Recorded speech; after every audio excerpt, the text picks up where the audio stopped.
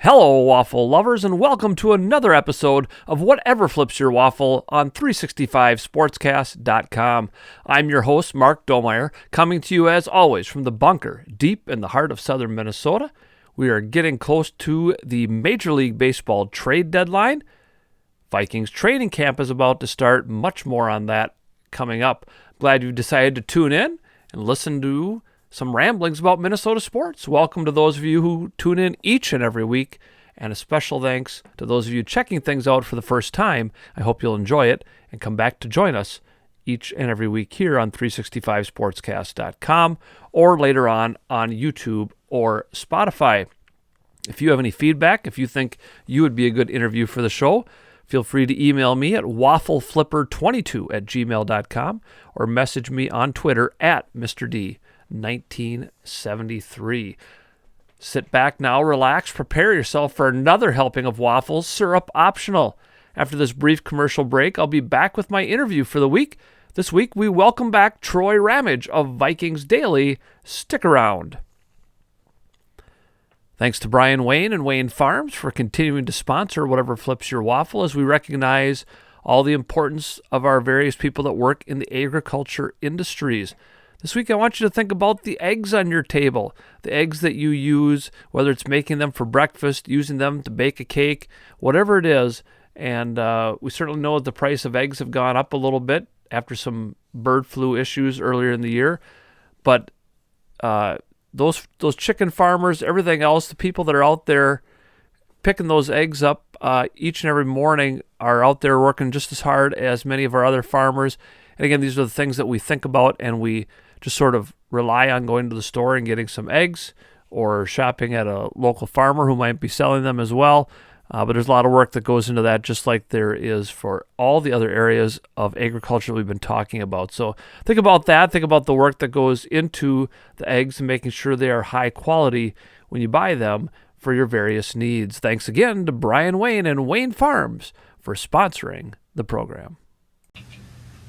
Joining Whatever Flips Your Waffle this week on 365sportscast.com, I'm pleased to welcome back Troy Ramage from Vikings Daily. He was on after the draft. We talked a lot about the draft, got a lot of great insight from Troy, and he's back with a special training camp preview. Troy, welcome back to the program.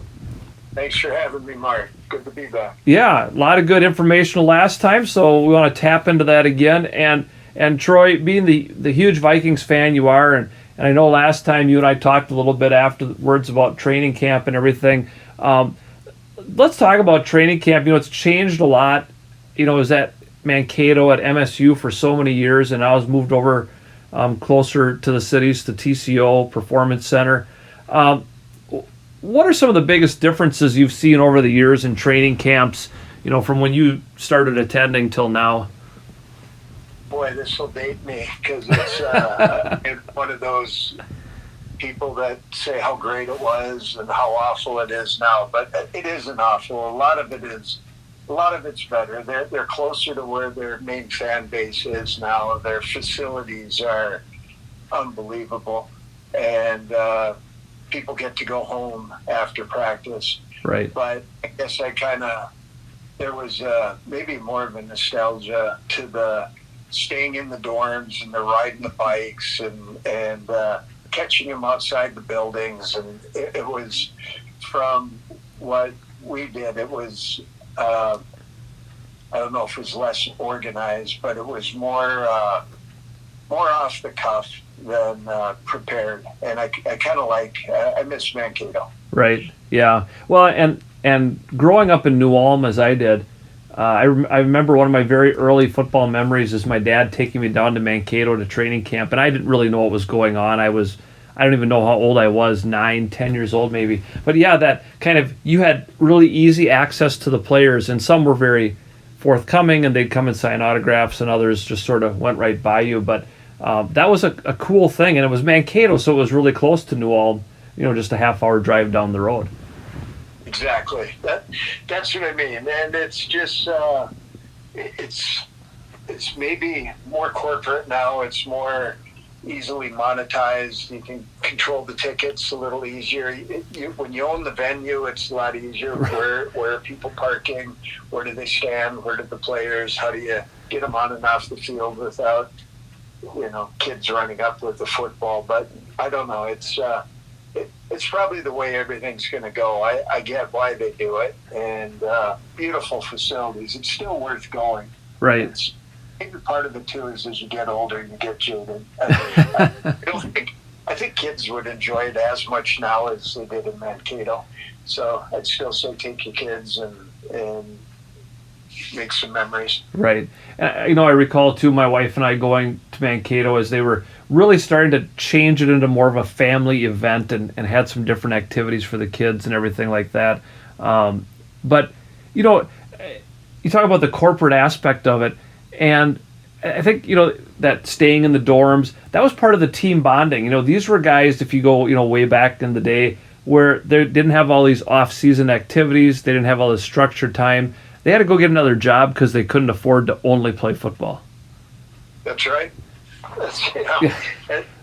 That's exactly right. It was a different time. And I don't know. Now it's obviously it's for the ones that take it serious. There's some that are just athletic freaks that maybe let themselves go a little bit in their earlier years, and then later see they it's year round. It's right. Year round working out. But there are, every year you hear of a few that kind of forget that off season doesn't mean you can do whatever you want. Sounds like Leonard Fournette with Tampa Bay's one this year. Yeah. Forget who said it, but someone said he's a donut shy of 260 pounds.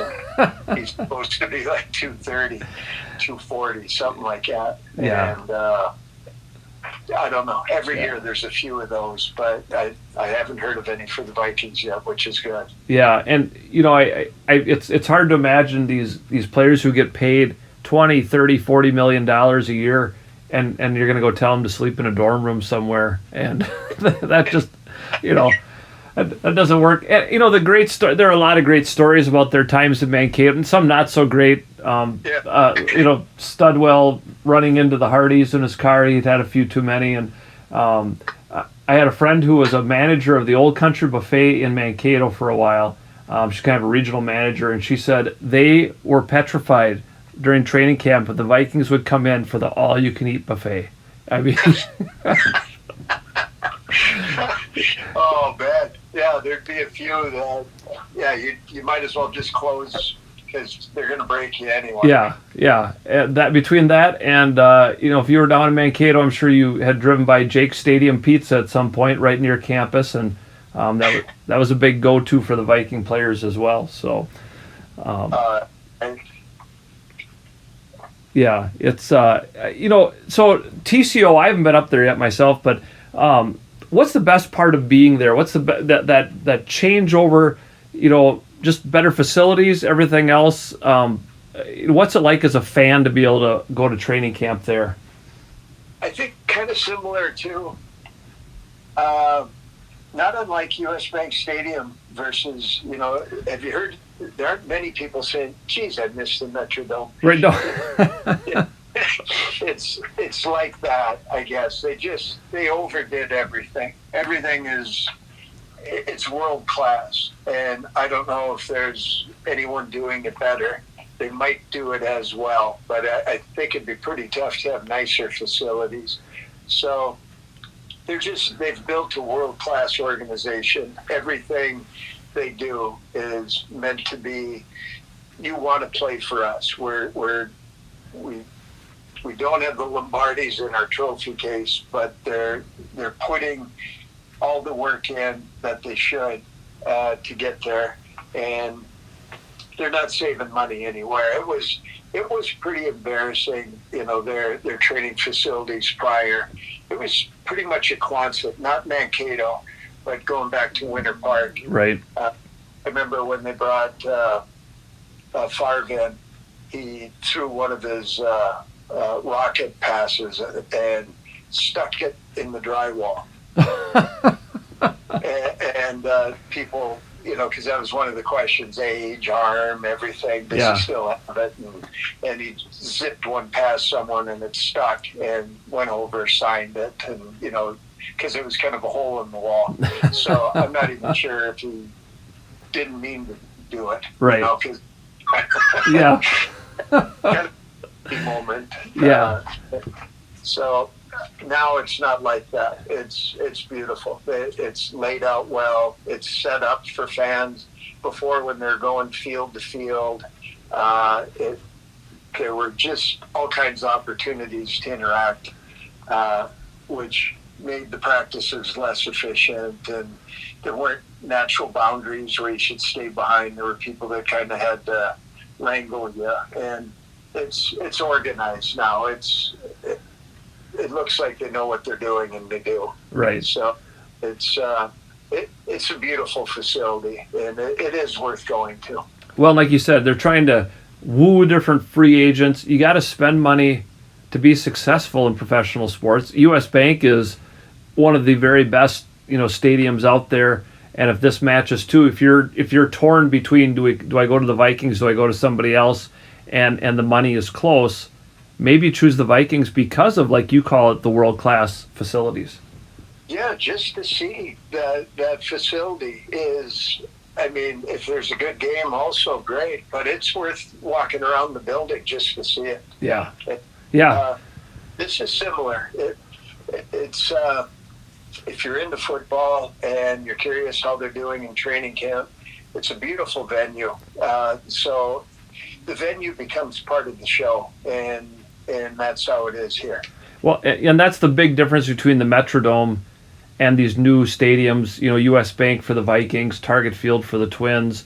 I forget the name that they changed it to now for the Gopher Stadium. It's not TCF anymore, a new sponsor. But, you go there, and I still have some fond memories of the Metrodome just because I was very young and got a chance to go see professional games. It's nothing like walking around U.S. Bank or Target Field. Nothing at all.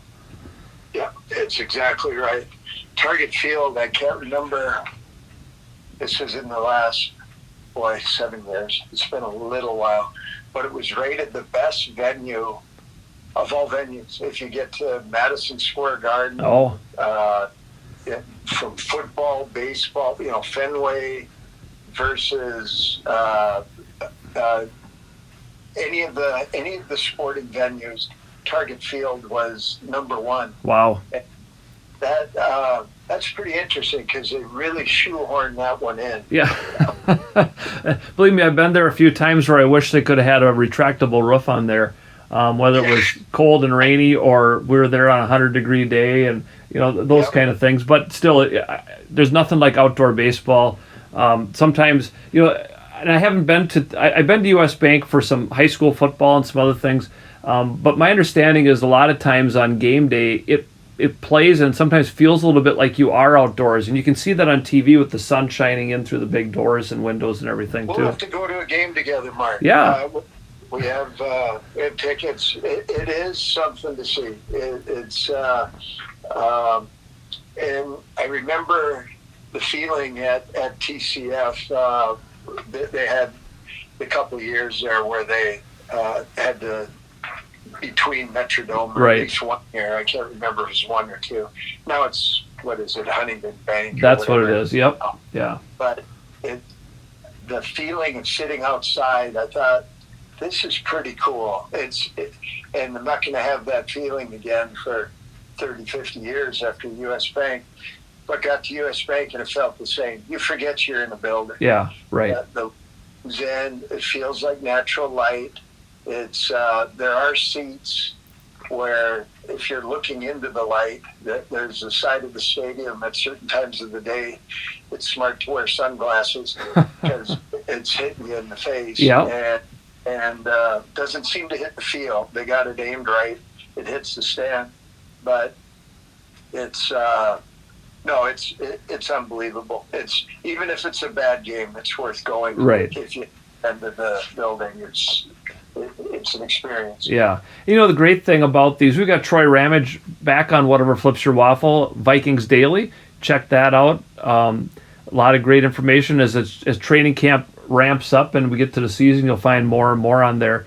The Vikings also opened these things up, and like TCO, I think they've had this women's professional soccer team, the Aurora, who have been very successful in playing there. And I had a friend go and say it was just awesome, and he's a big soccer fan. You play some baseball games in U.S. Bank, just like they used to do at the Metrodome too. So a lot of opportunities for people, and thanks to the Vikings and the Metropolitan Sports Commission too, great planning to be able to make it multi-purpose if need be. Good point. Yeah. Let's turn to look. July 30th, I believe, is the magic day where players report to training camp. And I was looking online and checking some things out at theathletic.com, a great source for some good sports information. And they had some speculating. So, Troy, we're going to kind of speculate together here a little bit on some things maybe some storylines to look at as we go into training camp here. So, let's start with this. Kellen Mond was kind of reviled by the previous coaching regime. Does he get a really legitimate chance to become the quarterback 2 this year? Kirk Cousins is clearly number 1, but Kellen Mond to be the backup? Boy, I hope so. I liked him when he was drafted. We'll see if Kwesi and O'Connell, who knows how they had him ranked. O'Connell at the time with the Rams and Kwesi with the Browns. But if they saw in him whatever Spielman saw in him, that'd be interesting, because they had some chances. There were some pretty cheap free agent quarterbacks out there that even recently could have been signed if they felt the need and they didn't do it. And if it's because Cousins has been so durable, or they like Mond also and feel he's where he should be, I don't know. I hope he gets a shake, because I like Sean Mannion, but not enough to be the second quarterback. I'd really like Mond to be in there. Right, and because you want something, like you say, Cousins has been really durable, but there's always there's the COVID factor, and there's anybody can get injured at any time. You can become sick with food poisoning. Who knows? We've seen Mannion come in, and that's just not the guy you want if you have to win a game. And hopefully Kellen Mond could become that guy. I completely agree. He was my sleeper quarterback in that draft. Okay. And trying to remember the name, I'll get it. But there was a pretty tough, pretty good prognosticator, and I'm drawing the blank. I can picture him, which does not help. But he was the one that surprisingly, the draft, when people were debating how good Trubisky was going to be, he, like the sleeper pick Mahomes that went later. Chicago moved up to take Trubisky, and Chris Sims. There you go. Yep. Chris Sims picked Mahomes. He also felt Mond was the sleeper pick in that draft of the quarterbacks. Okay. And Mond just never got a shot with the Vikings. They drafted him, but obviously there's a disconnect between Spielman and Zimmer. Yeah. Just because you're drafted doesn't mean the coach is going to give you a shot. But who knows? Maybe he did give him a shot, didn't like him. We'll see. But I agree. I really hope he pans out. Well, and I have to imagine he's going to get plenty of reps in some of the preseason games and everything too. And you said too, there's other quarterbacks like Cleveland. I think just signed Josh Rosen to a 1-year deal.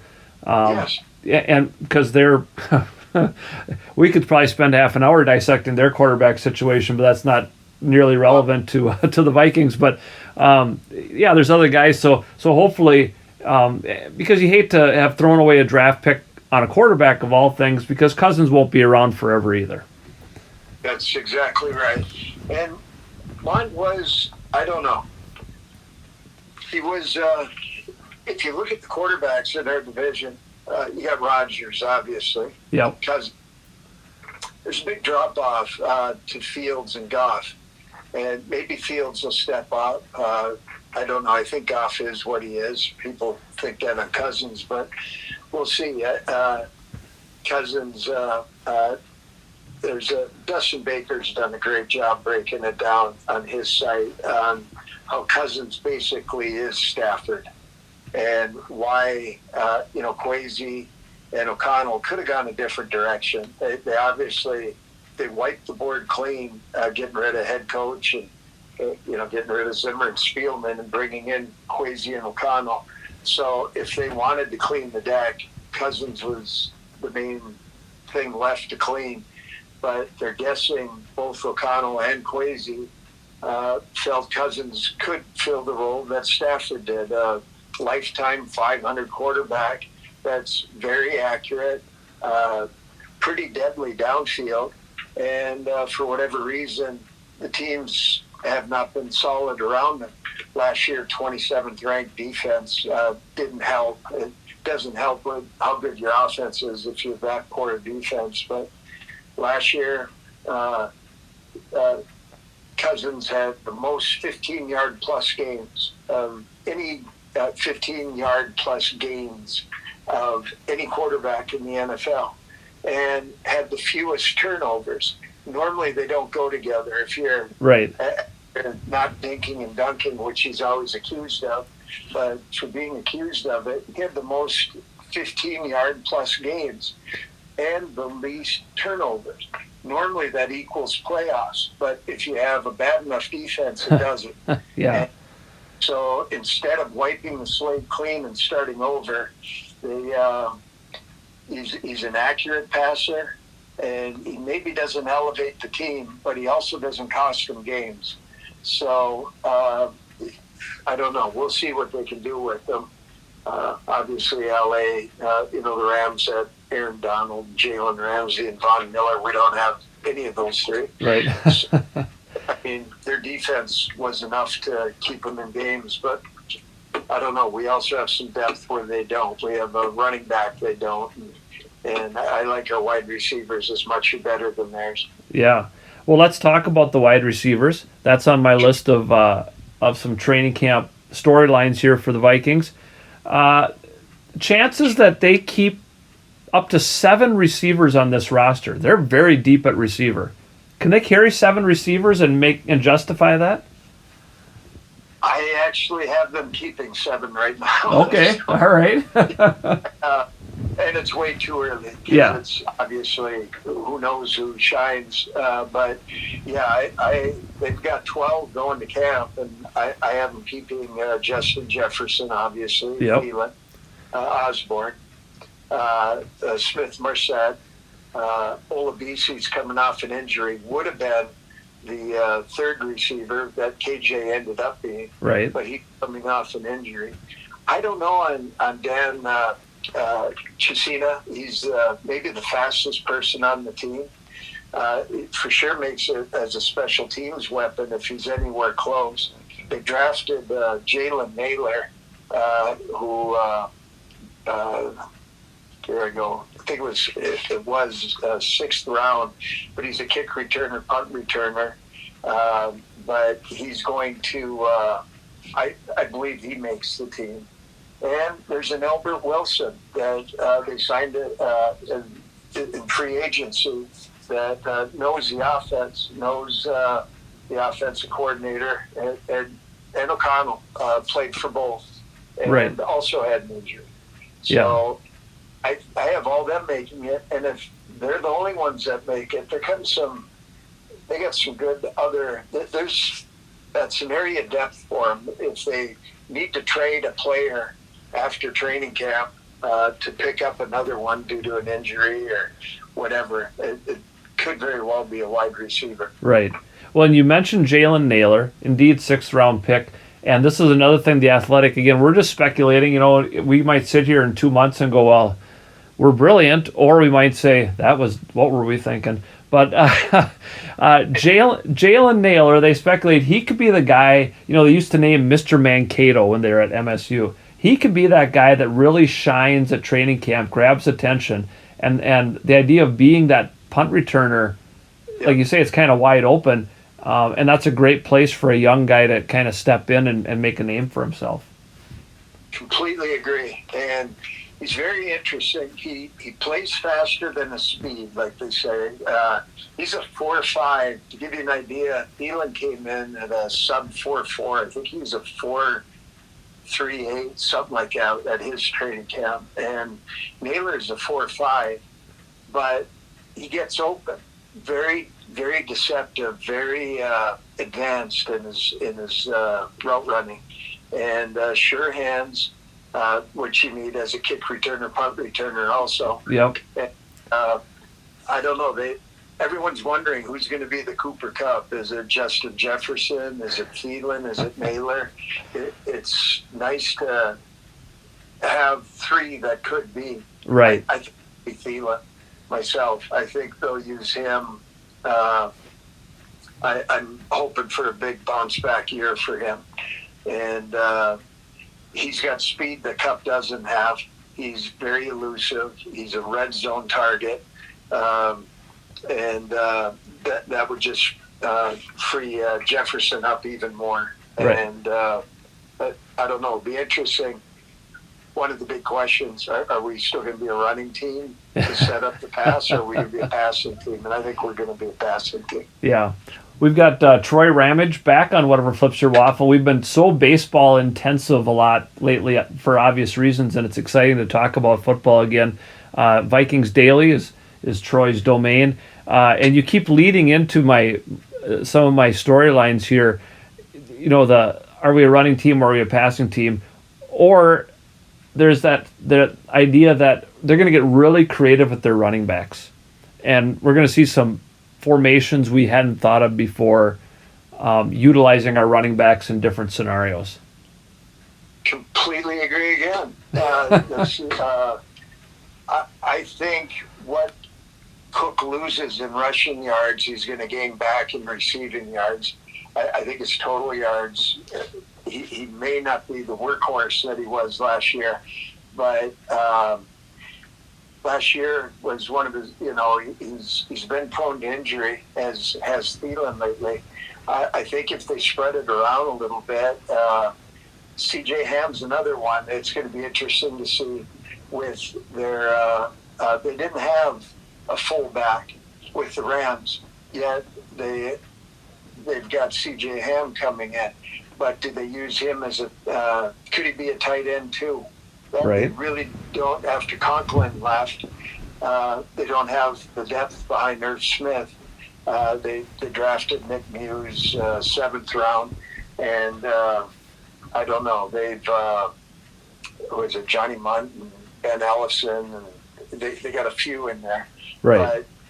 But it's odd to keep Ham when they're not bringing a copycat offense. Apparently, if we got a fullback contending in there, but I wouldn't be surprised to see him in some tight end situations.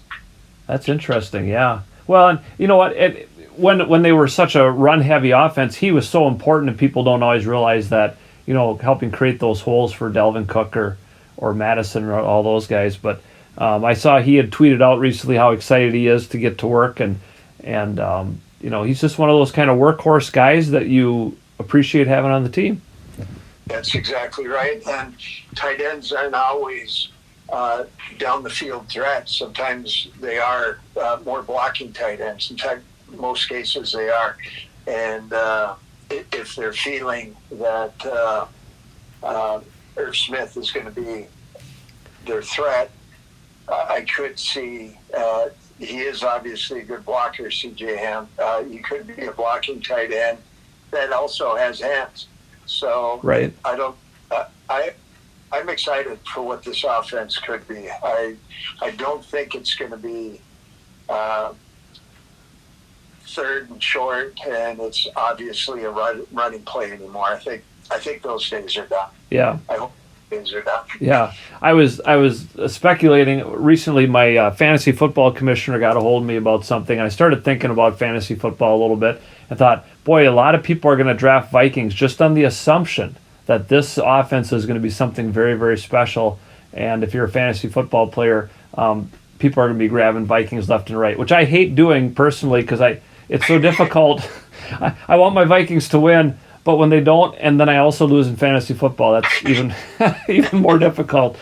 One thing on that is kind of interesting. Sports Illustrated, Vikings they had them as one of the top 5 teams as far as skill position weapons. Yeah. Yeah, 19th overall. So if you look at the team overall, they're saying 19th strongest team, yet top 5 at the skill positions. Yeah. So it's that's fantasy football. They're thinking the same way. Delvin, Thielen, KJ, Justin Jefferson, right? Irv Smith. Wow. I mean, it sounds kind of scary to go against that. Right. But, you can't cover them all.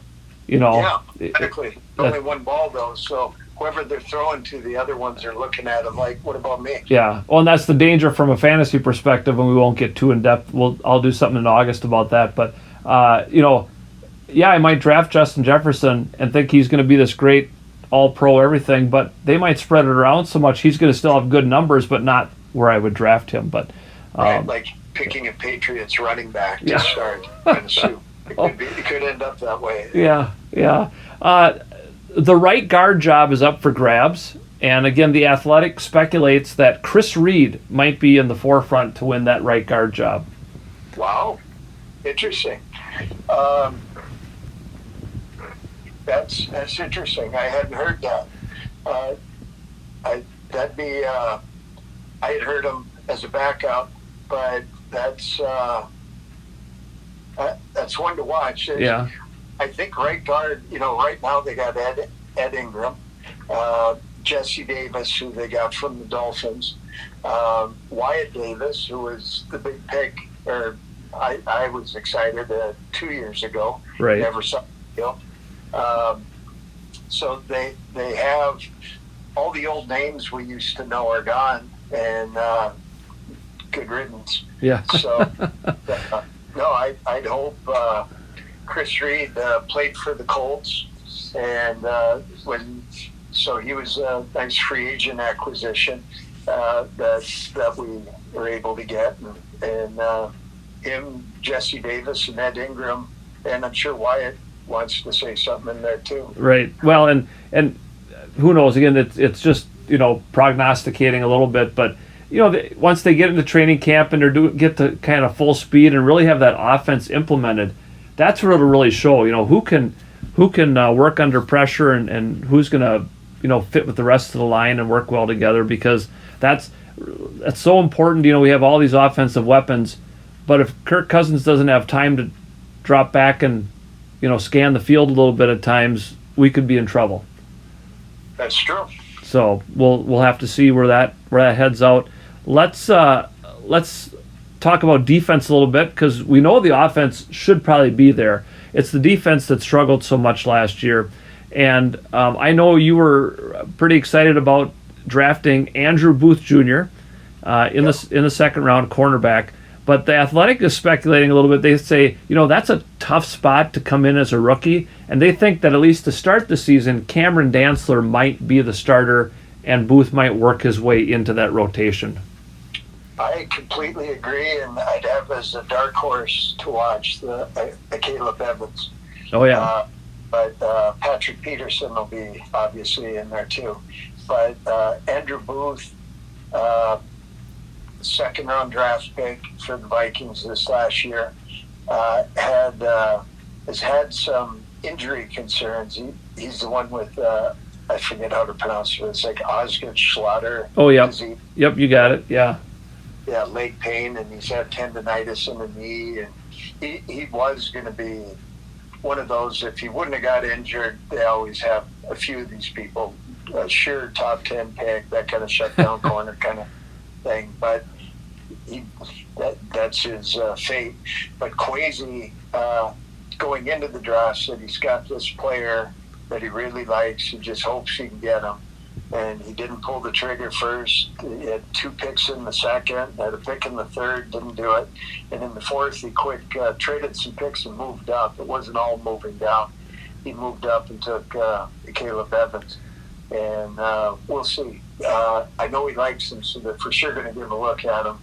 And but yeah, Booth, unbelievable skills, and Patrick Peterson has the experience. So Camp Dantzler's an odd one. He was, I think it was week 11 forward, could have been week 10 forward, but Pro Football Focus, he was the top rated cornerback in the whole NFL, week 11 forward. Wow.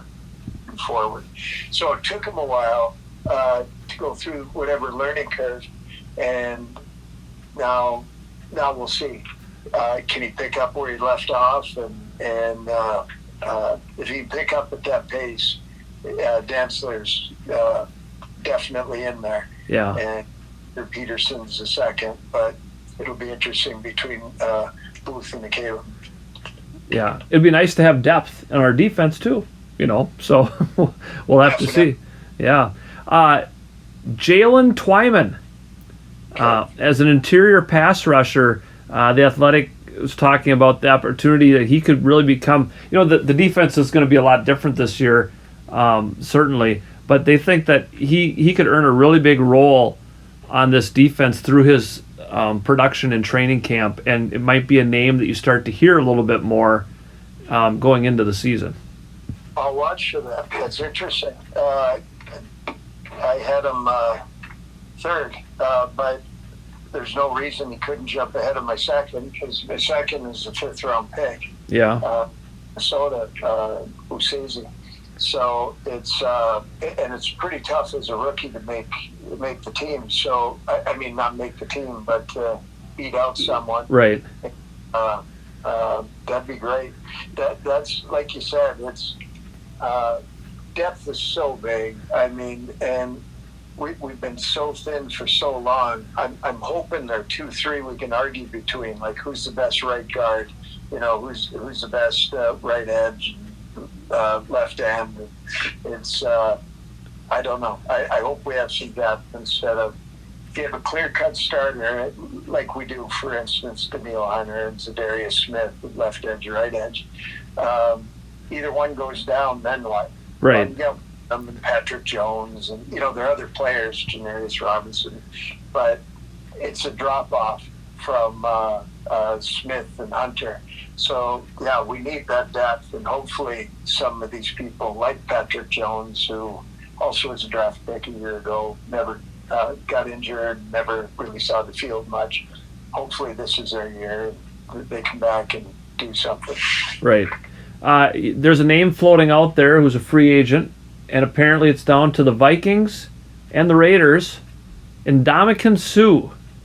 Any interest in having him on this team? Yeah, we got again, obvious. It's Delvin Tomlinson right now at nose tackle, and I'm guessing that's where they put him. Or if he's at defensive tackle, I don't know what he's playing now. I don't know what weight anymore at his age, but we have need at both. Armin Watts and James Lynch are main defensive tackles. Sue's obviously a bigger name than any of those. I don't know. My dream free agent, we got an opening right now. I believe I was away from the computer today. Don't know if we picked anyone up, but we did have an opening after we let Nate Stanley, our fourth quarterback, go. And I'd kind of like to see J.C. Treader at center. I feel vulnerable with Garrett Bradbury. I heard he gained weight. It'll be interesting to see if he plays bigger, but when you put someone like Sue over someone like Bradbury, they hardly slow him down. I mean, they can go right over him. Right. And that's the scary thing. Like if you're lining up against an Aaron Donald, you don't have someone with some cement in their pants. You can push him right into the quarterback, and I don't care what play you have, you're in trouble. Yeah. I don't know. It'd be fun to have a Sue, but it'd also be nice to have Treader block him. Yeah. So they're the two I'd like to see. Yeah. Well, I hadn't seen anything myself, and who knows, by the time this airs on Wednesday, things could change dramatically too. Sometimes these guys, they kind of hold out a little bit longer because they don't want to have to be in training camp the whole time. You know, and that's it. I'm hoping that's what the deal is on Treader. Kwesi was with him in Cleveland, so he knows if he's good or not. He's at the end of his career. Does he have another year or so in him? If he doesn't, that would explain why they haven't gotten him. Or if he just doesn't want to be there when it's hot. And like, you know how to play center. We know you know how. Right. It's hard to say. They're pretty smart at this point. They like playing the games on Sunday, but training camp isn't fun. No. We'll finish with this, Troy. It seems when I look around, there's a lot of excitement building about the Minnesota Vikings. In some areas of the NFL world, they're kind of becoming that trendy pick to make a run this year. I've seen more than one so-called expert say that they're going to beat out the Packers for the division title and have a real shot in the NFC. I mean, you're excited. I'm excited, of course, because we're big fans.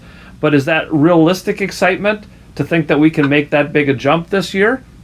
I drink the Kool-Aid, so I'm the wrong one to ask. I'd say definitely. The reason I'd argue it is they came back with pretty much the same lineup.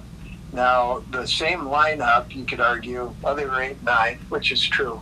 But they also had the most games decided by the fewest number of points in the history of the NFL. They weren't being blown out. They were blowing it at the end of the first half and second half. Last 2 minutes of both those, they gave up the games. Now, if they can just not be awful for those moments, it would have been, I think it was 14-2 if they wouldn't have done that, which I don't know. They did do it, so you can't say that. Right. But Green Bay is the obvious one to beat. They lost Devontae Adams. The main guy they picked up is a rookie and unsigned right now. I think, and again, I haven't checked the computer today. There's Andrew Booth for us hasn't signed. He was like the 42nd pick. Right. And the NDSU wide receiver. And gone blank. Is it Christian Walk? No. I am too, yeah. It's been a long day for both of us. It's like delete from memory when the Packers take him. Yeah. But he was taken at the 37th or 38th spot. Vikings traded out of the spot. Packers moved up, took him. And the reason he hasn't signed, the Jets a year ago went and broke the bank on their receiver. They took him that same 37th position. They guaranteed the first 3 years and part of the fourth. And normally it's a 2-year or something guarantee. Right. So now people drafted around there are slow to sign because they want the same deal that the Jets gave a year ago. So he's right now not signed. So Rodgers had a receiver he felt comfortable with. He's gone. Now he's got a rookie he's never thrown to. He's not showing up yet. And I don't know. There's reason for optimism, I think. Yep. And there always is. There are always these teams that didn't make the playoffs the year before. There's always a big turnover in that area. And why not us? I think you're right that there's a lot of reason for that hope and optimism. Well, Troy, Vikings Daily, check it out. A lot of good stuff. And again, training camp right around the corner here. And he's going to have a lot of great information there, keeping up on our Minnesota Vikings. Troy, thanks again for coming back and joining us here on the program. Thank you, Mark. And now it's time for the state of Minnesota sports. You listen to Troy and I go through a lot of Viking speculation about the training camp coming up. And as I was preparing to do this segment and get things ready for you to listen on Wednesday, I was looking through some things on ESPN. And while we talked about whether Andrew Booth Jr. might be a starter or not, they seem very positive that he would be a starter for the Vikings. A lot remains to be seen. And of course, he's got that injury history, and we'll have to see. I foresee a little bit more of, the Vikings trying to work guys in and out of the lineup. And Patrick Peterson's getting up there in age a little bit, and not having to play him quite as much. who knows? The other thing that ESPN was talking about was Lewis Seen, the first-round pick for the Vikings, and the fact that they are convinced that he will be a starter. You don't draft a guy like that in the first round to put him on the bench. But again, I foresee, you've got Harrison Smith there at the safety position, and I foresee, Seen being in there, Bynum being in there, some of these other guys that could have shown themselves. You're not going to just see this guy every single game is going to be a starter unless he really comes out of the gates blazing and really proves himself. So a lot of things are going to come. It'll be very exciting to watch and to see. And one thing ESPN pointed out was that really the Vikings fired their general manager, fired their coach, and didn't make a lot of significant changes in the personnel. There's a lot of returning people to this Vikings roster outside of the new draft picks. Somebody like Irv Smith Jr. coming back from injury. And so the idea that Kevin O'Connell is going to be the savior at coach, well, that'll be an interesting storyline as the season goes on. The Lynx, I don't know. As I am preparing this, they are 2.5 games out of the final playoff spot. They have 7 games left. It's not impossible. But as Coach Cheryl Reeves said this past week, we're going to need some help to do that. Well, part of that is you're going to have to beat teams that are over 500, and that seems to be a stretch for them these days. They're in games, but at this stage in the season, kumbayas only go so far. And again, 7 games left, 2.5 games out. That's a tough road. And it's not like there are no teams between them. There are 2 teams, I think it's New York and Phoenix, that are between them and that last playoff spot. So not only do you have to keep winning, but you got to hope that those teams do not. And our Twins. This is a tough thing for me to speculate and talk about a little bit because off day on Monday, and by the time as I'm preparing this, generally on Tuesdays, they're playing in Milwaukee. They'll have finished the 2-game set in Milwaukee. They beat Detroit pretty handily, did a nice job coming out of the All-Star break and beating a team 2 times that they should beat, especially with their top 2 pitchers. And really, Joe Ryan and Sonny Gray looked really good coming out of the All-Star break. Sonny Gray especially kind of has regained his form, his swagger out there, if you will. And the offense kind of came in bunches, sometimes because Detroit isn't that good in their defense. They gave away runs, but other times they started hitting the ball a little bit too. And now, like I say, you'll be listening to this, and they'll have finished off in Milwaukee, not with their best pitchers in the rotation, but the bullpen should be well rested, and we'll have to see how things work out with that. And then off to San Diego, a tough series with the Padres, and the good thing I think is that they're playing the Padres before the trade deadline because the Padres are in talks for Juan Soto. That's a possible landing spot, and wouldn't really want to have to face him, one of the best players in baseball. And what will have been answered by the time you listen to this is what will have happened with Miguel Sano. He has to come off the injured list. His rehab assignment has to be done unless somehow they determine that he needs another one, and he agrees to that. I don't think he will. He's hitting the ball out of the park in St. Paul. And a lot of it hinges, perhaps Max Kepler is going on the injured list, and if so, that's an easy solution for the Twins. If not, it's not quite as easy. A lot of talk about Gilberto Celestino going down. The problem there is who plays center field when Byron Buxton's not out there. Celestino's best at that. You can put Nick Gordon out there.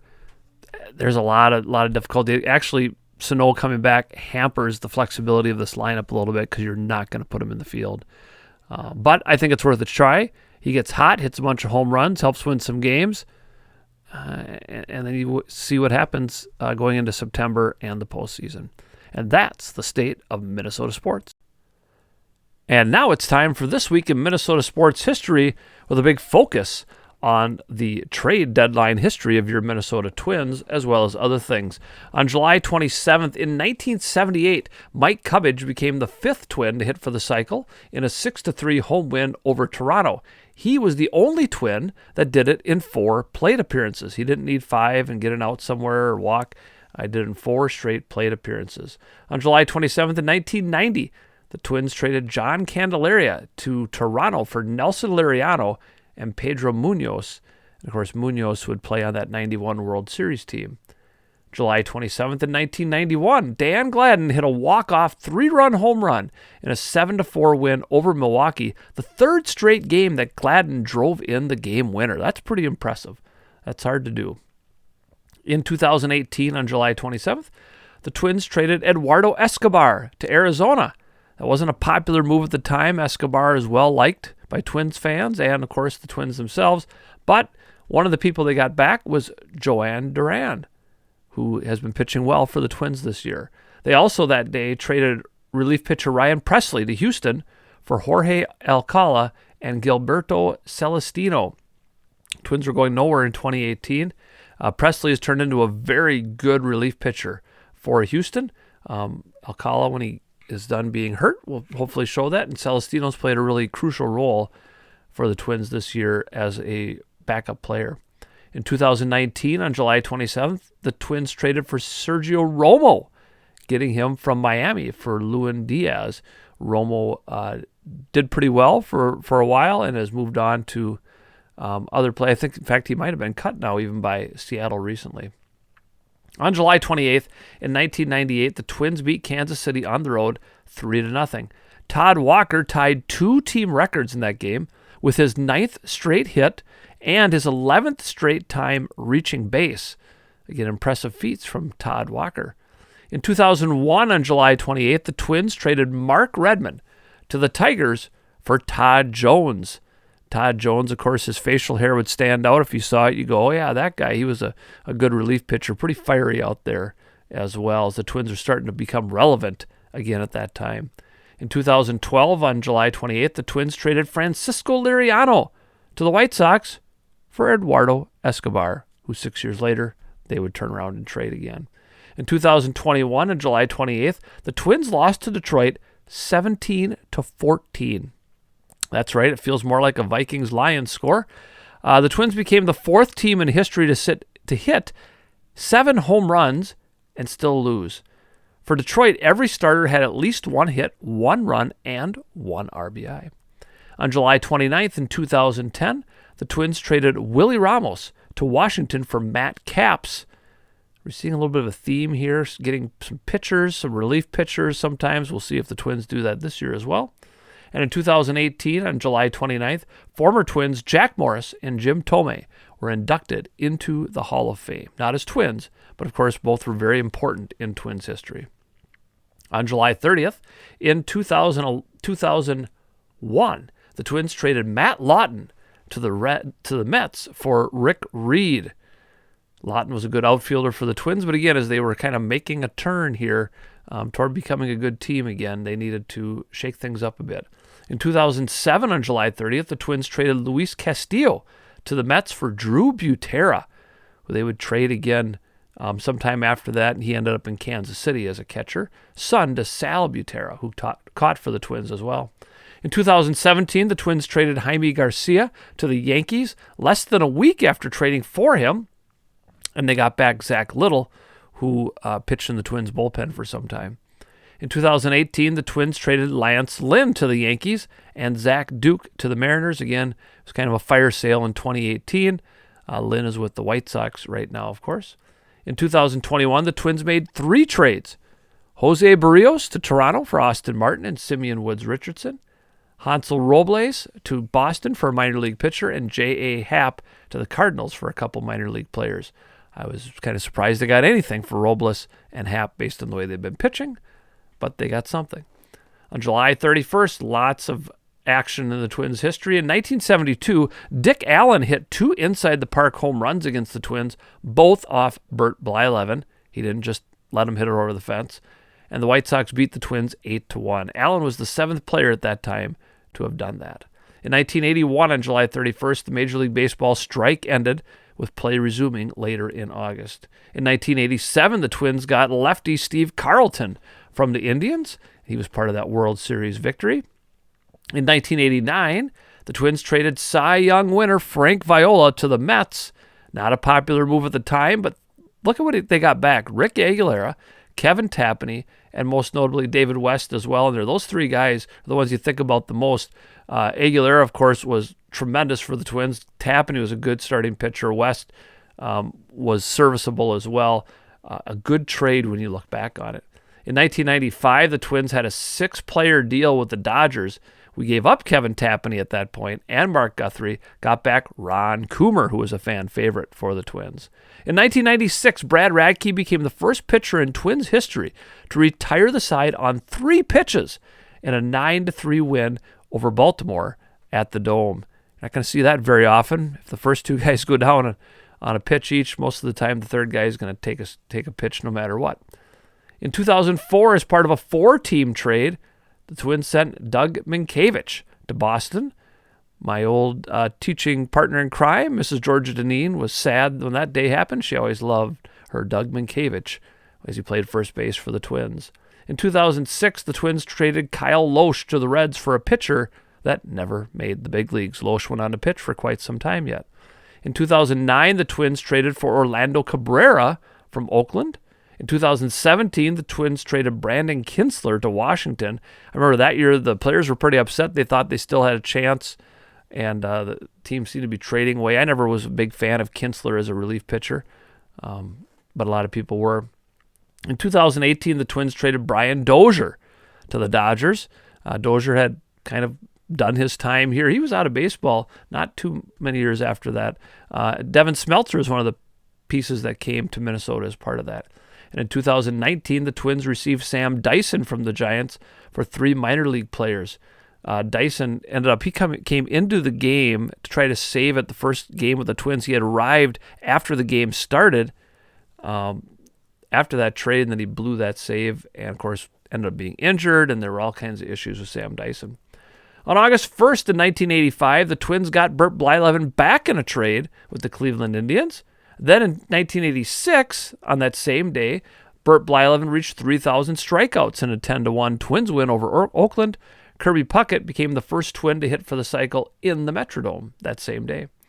In 1994, Cal Ripken Jr. became the second player to play in 2,000 straight games in a 1-0 win over the Twins. Of course, he eventually overtook Lou Gehrig, who had the record. That is a record that will never be broken. In 2007, on a sad note, the I-35W bridge collapsed not far from the Metrodome, but after a moment of silence, it was felt that it was best to play the game rather than send all those people back out on the roads. There were a lot of emergency vehicles and stuff. The Twins lost to the Royals 5-3, and the next day they did postpone their game to allow for some other things to happen out on those devastated roads. Well, that'll do it for another helping of waffles here at 365sportscast.com. I'm glad you decided to spend an hour with me. Hope you will continue to tune in each and every week, right here at 8 o'clock Eastern, 7 o'clock Central. If you can't catch the original broadcast, each week's episode will replay every evening at 365sportscast.com at that same time. Shows also archive to Spotify and YouTube. Remember, shoot me an email, waffleflipper22@gmail.com. Message me on Twitter at MrD1973. We'll be back next week with another look at Minnesota sports. How will the Twins roster look after the trade deadline? Will we still be feeling giddy about the Vikings a little ways into training camp? Come on back and find out. I'll have another special guest to delve into all that and more. Thanks again for joining me. This is Mark Domeyer signing off with Syrup.